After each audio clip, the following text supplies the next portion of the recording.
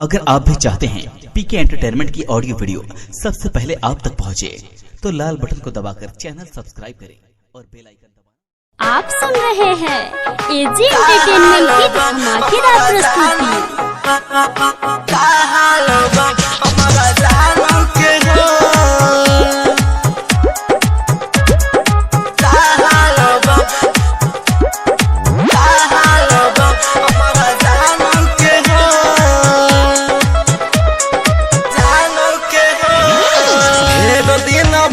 मुलाकात कोइला रोइल ओकरा से बात कहला, रोइल ओकरा से बात कहला।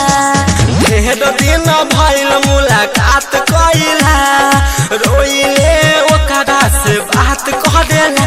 बात सुना हमारा कानू से, बात सुना हमारा कानू से हो। बोला काल बा हमारा जानू के हो, बोला काल बा हमारा जानू के हो। काल बा रिकॉर्डिंग स्टूडियो काल बा काल बा काल बा काल बा हमारा जानू के हो। जान से ज्यादा कदी हो कदा से प्यार, तू ही बताओ सारू कैसे दिबिसा दिबिसा दिबिसा। जान से ज्यादा कदी हो कदा से प्यार, तू ही बताओ सारू कैसे दिबिसा। दिहल गिफ्ट हम सोना जानू के हो, दिहल गिफ्ट हम सोना जानू के हो।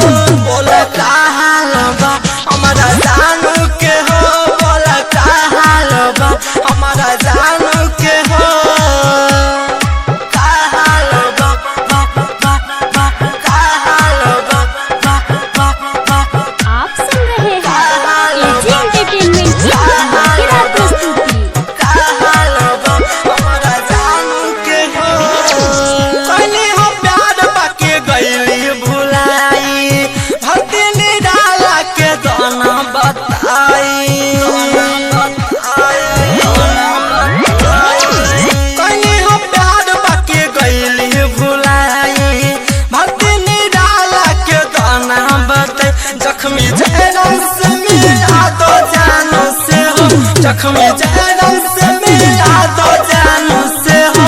बोला काल बा हमारा जानू के हो, बोला काल बा हमारा जानू के हो। Recording studio Narkatiaganj.